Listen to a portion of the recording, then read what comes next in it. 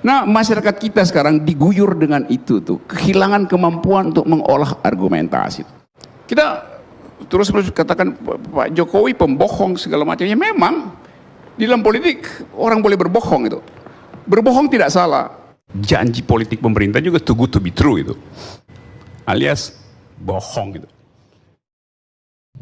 Halo bro, kembali lagi bersama gua Bos Iwai di channel YouTube yang sangat sederhana ini, ya kan.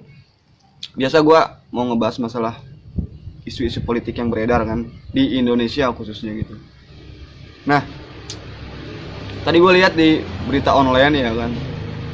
Ya sebenarnya kasus ini sih sudah lama gitu kan beredar. Mau di televisi, mau di sosmed, mau di berita yang ada di handphone gitu kan, tentang penangkapan yang menghina Wali Kota Surabaya Ibu Risma gitu kan. Jadi dia ditangkap karena menghina Ibu Risma gitu. Nah, gue dari awal video gue nggak pernah setuju gitu loh sama orang yang menghina tubuh ya pejabat gitu kan, misalnya kan pemerintah gitu. Mengkritik itu bukan caranya kita menghina orang. Mengkritik itu adalah kita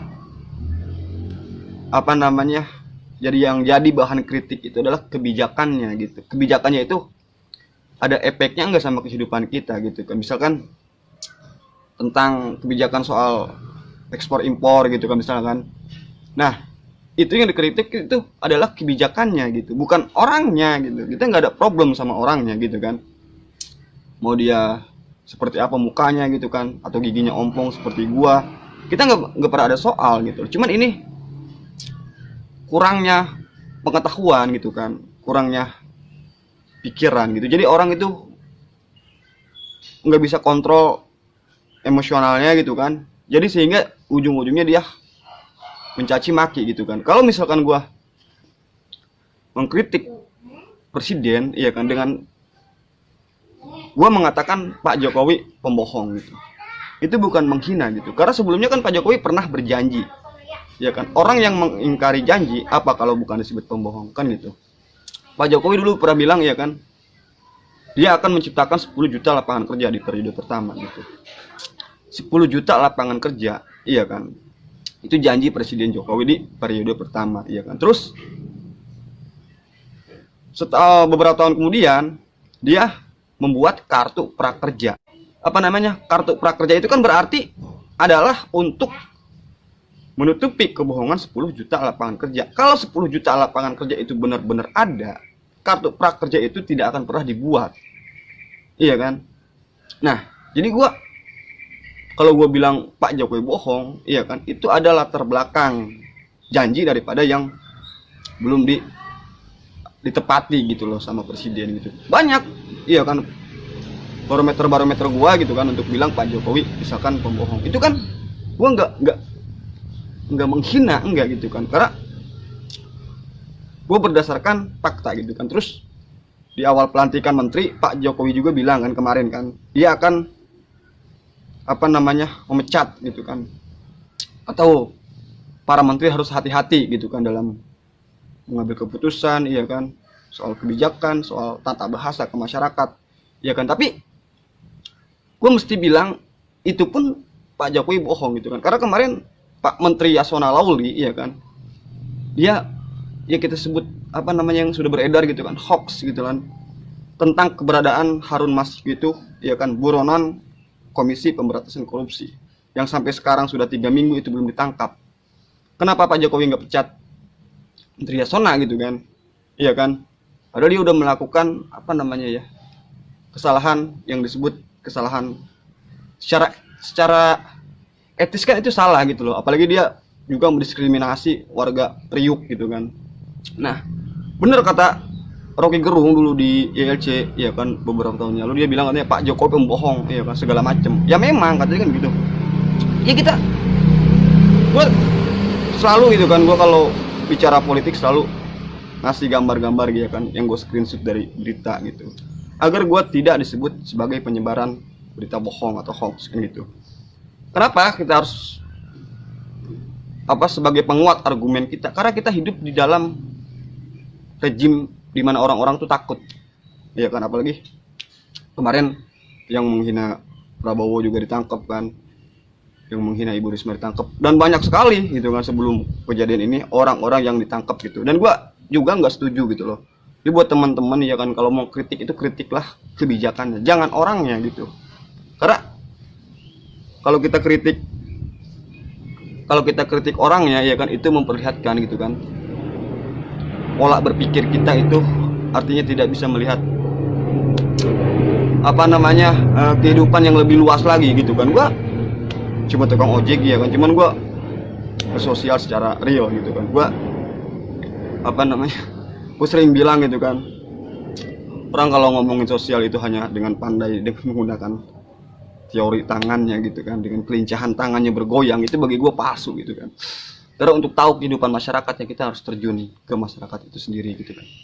Nah, gue kembali kepada ketakutan kita gitu kan untuk memberikan pendapat di rejim ini ya kan.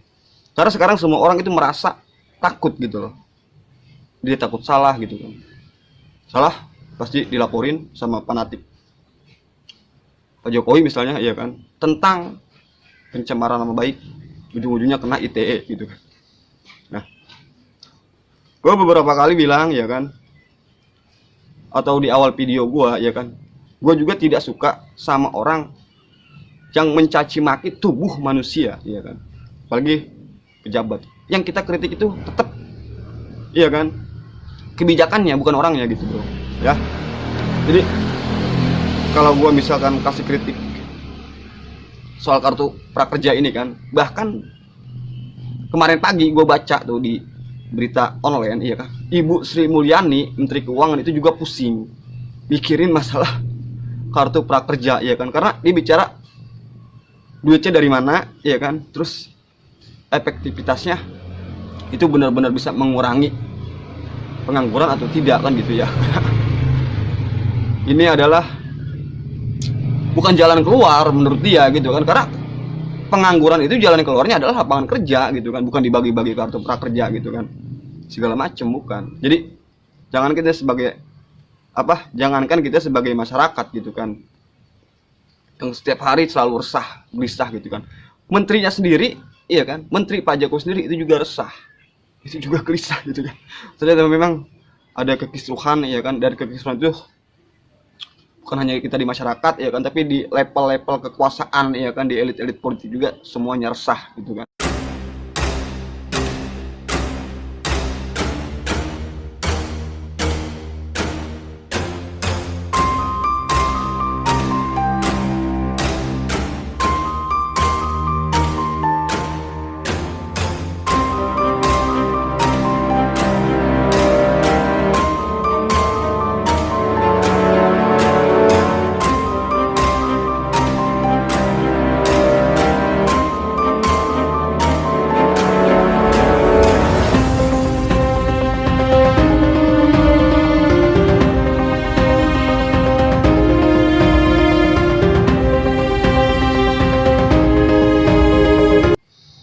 Oke bro, ini yang ingin gue sampaikan gitu kan. Jadi buat lu semua ya kan, tetap kita kasih kritik itu seobjektif mungkin ke pemerintah ya kan, agar kita tidak disebut hoax, agar kita tidak disebut sebagai penyebaran berita bohong gitu kan.